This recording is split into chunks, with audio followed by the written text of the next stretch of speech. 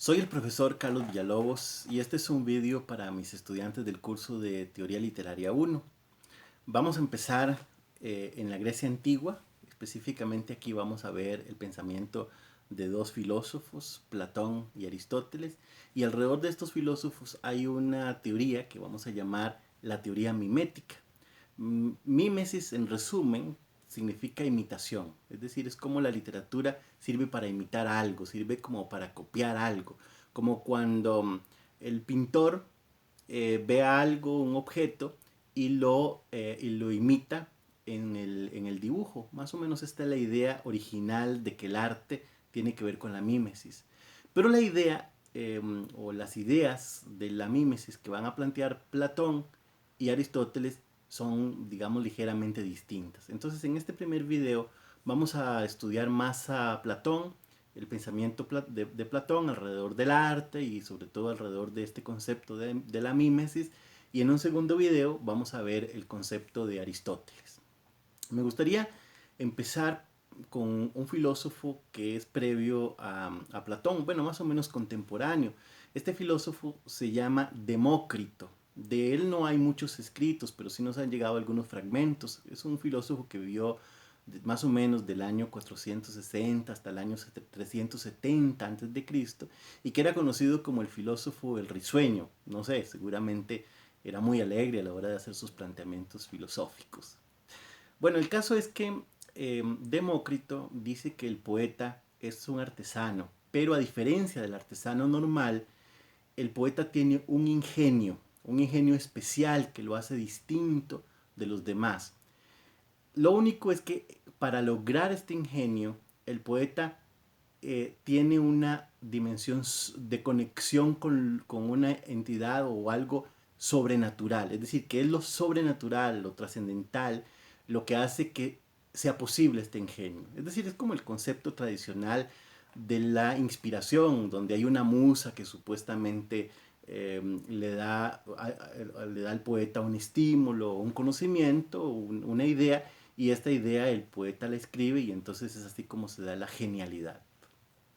Para Demócrito, entonces, la literatura es posible, o una poesía es posible, mediante el furor divino, es decir, mediante esta condición que hace que el poeta trascienda o se conecte con lo sobrenatural y entonces produzca el poema.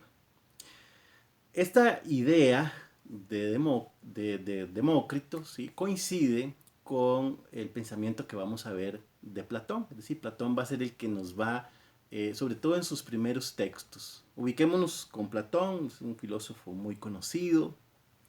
eh, Vivió más o menos del año 427 al año 347 antes de Cristo. Y este es famoso porque en el año 387 fundó la Academia, que fue una institución donde él tenía pues sus discípulos, y de entre estos discípulos es célebre la participación de Aristóteles, del que hablaremos, como he dicho, después. Pues bien, dije que Demócrito eh, ya tenía esta idea de que la inspiración era la que hacía posible la literatura. Platón va a coincidir con Demócrito, aunque curiosamente, según los chismes de la época, Platón odiaba a Demócrito, pero bueno, ya ven, las ideas son coincidentes.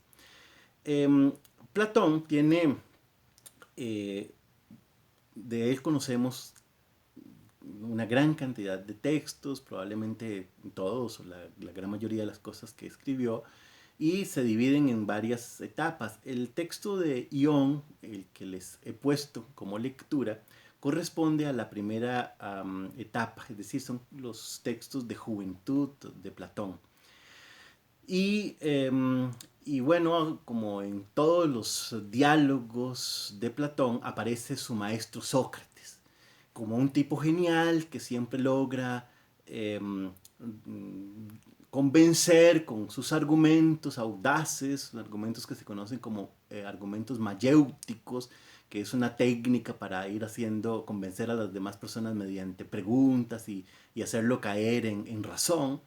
Y entonces aquí tenemos a un personaje que se llama Ion, que viene llegando de ganar un concurso, que es el concurso de los Juegos de Esculapio. Y entonces, bueno, es un concurso de la época muy importante, donde los que tienen esta capacidad de interpretar como una especie de actores se aprenden de memoria los textos. En este caso, Ion se aprendió de memoria los textos de Homero y él es el gran ganador del concurso. Y entonces se encuentra con Sócrates, tienen una conversación y Sócrates lo convence de que él no es tan bueno. O sea que realmente él es bueno gracias a que a que hubo un proceso sobrenatural, es decir, de un dios que inspiró en este caso a Homero, y cómo ese talento de Homero lo contagió a él y cómo a su vez entonces él contagió a los lectores, pero que eso es gracias a Homero, no es gracias a él. Más o menos ese es el argumento de guión. Pero lo interesante es que para llegar a ese planteamiento, pues hay toda una serie de ideas que son las que va a sostener Platón a propósito entonces de este sistema trascendental o esta idea de la inspiración. Y entonces aquí intervienen varios elementos. En primer lugar tendríamos una especie como de origen divino o de entidad trascendental, que es la que está en el mundo de las ideas. Más adelantito voy a hablarles del famoso eh, mito o alegoría de la caverna para explicar esta idea del mundo trascendental, que es una idea que va a desarrollar Platón más adelante. Pues bueno, en este caso, entonces, ese primer punto de partida, que es lo divino, incide en el poeta. Los griegos llamaban a los poetas aedos. Es decir, se supone entonces, por ejemplo, que Homero era un aedo, o por lo menos un conjunto de aedos que finalmente pues, se van a conocer como Homero.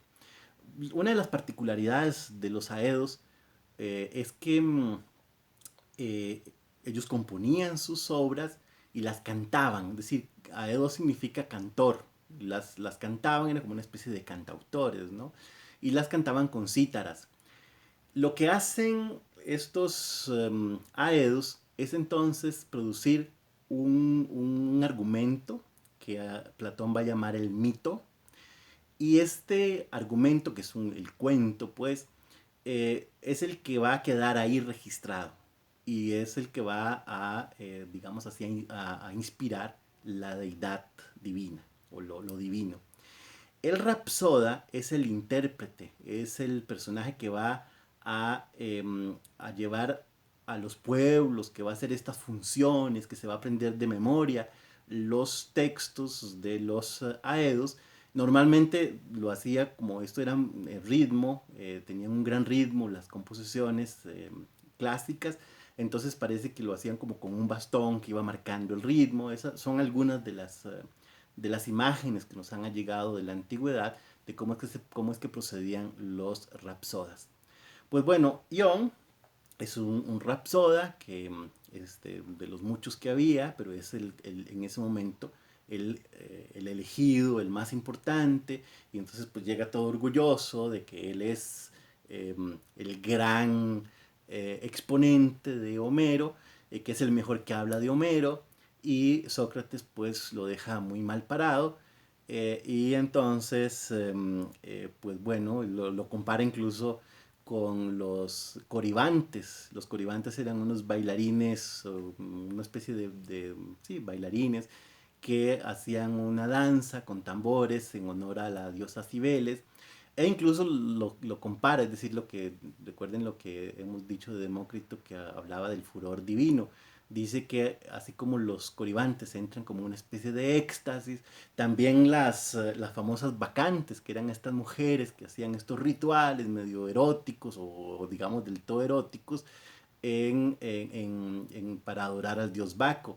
Y que más o menos eso es lo que pasa, que él entra como en una especie de éxtasis gracias a esa inspiración divina que él logra, digamos, canalizar esa energía y entonces es así como él contagia a los espectadores. Y este contagio, este proceso, él lo explica mediante otra imagen que es la idea de la piedra magnética. Entonces el imán, que es él llama la piedra de Eurípides, es esta piedra que es capaz de imantar diversos anillos de hierro y entonces es así como esos anillos de hierro que son imantados eh, funcionan como una metáfora para explicar este proceso. Entonces, bueno, al final del diálogo, Sócrates le dice que le van a conferir el precioso título, es una muy irónico de parte de Sócrates, le van a conferir a Ion el precioso título de celebrar a Homero por inspiración divina y no en virtud del arte. Y esto es muy importante porque era lo que creía Ion, que él tenía una virtud, él en sí, un talento, y Sócrates le hace ver que no, que eso es gracias a la inspiración divina.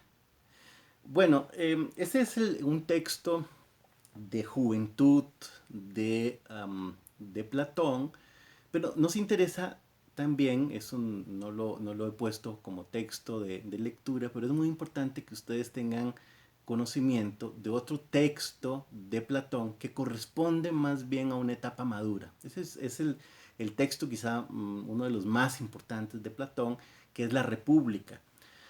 En este texto, que es ya como una especie de ensayo, ¿no? ¿No? En el libro 10,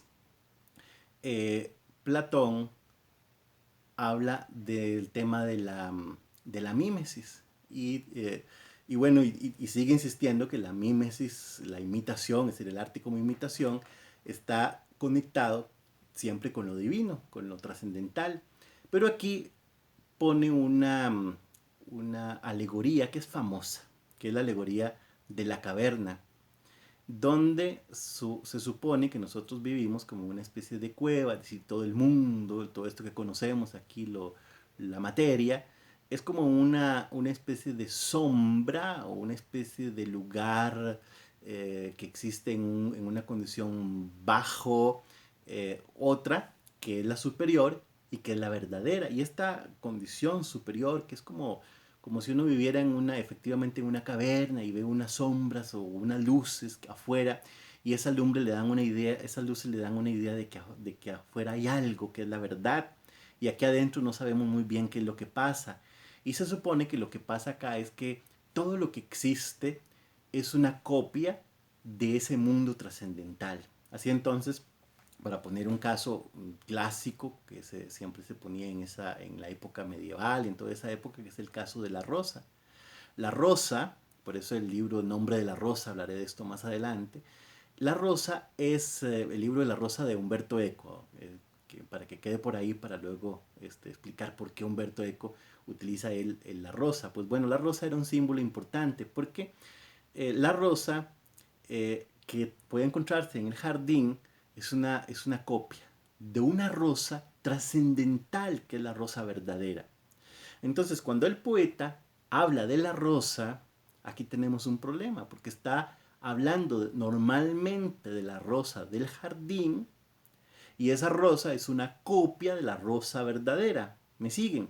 Entonces esto significa que cuando el poeta habla de la rosa, habla de una copia, no habla de la rosa verdadera.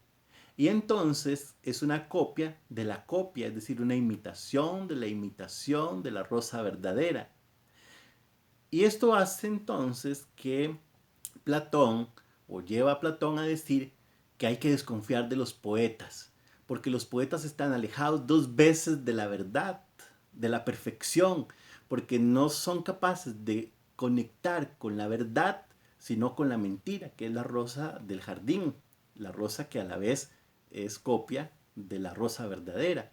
Entonces, en el poema uno se encuentra la palabra rosa, es un segundo nivel de falsedad.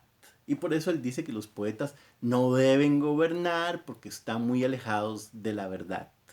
Son ideas muy particulares, muy curiosas, pero aquí lo que importa es la insistencia de esta visión idealista que no va a abandonar Platón y que tiene que ver con el tema siempre de que hay un mundo trascendental del eh, del que deriva lo que conocemos, del que deriva la literatura, y entonces el escritor simplemente lo que hace es conectarse con ese mundo trascendental. Ciertamente aquí hay dos visiones, la visión de la juventud de Platón, donde él sí, digamos, cree en esta idea directa de la conexión, y en este caso, pues parece como que ya en la madurez, él está como un poco ahí con algún pleito con los poetas. En todo caso, la idea de la mímesis sigue siendo uno de los planteamientos centrales de la posición de Platón, y ya veremos que es muy distinta esta idea en Aristóteles. Y a Aristóteles lo veremos entonces en un segundo video.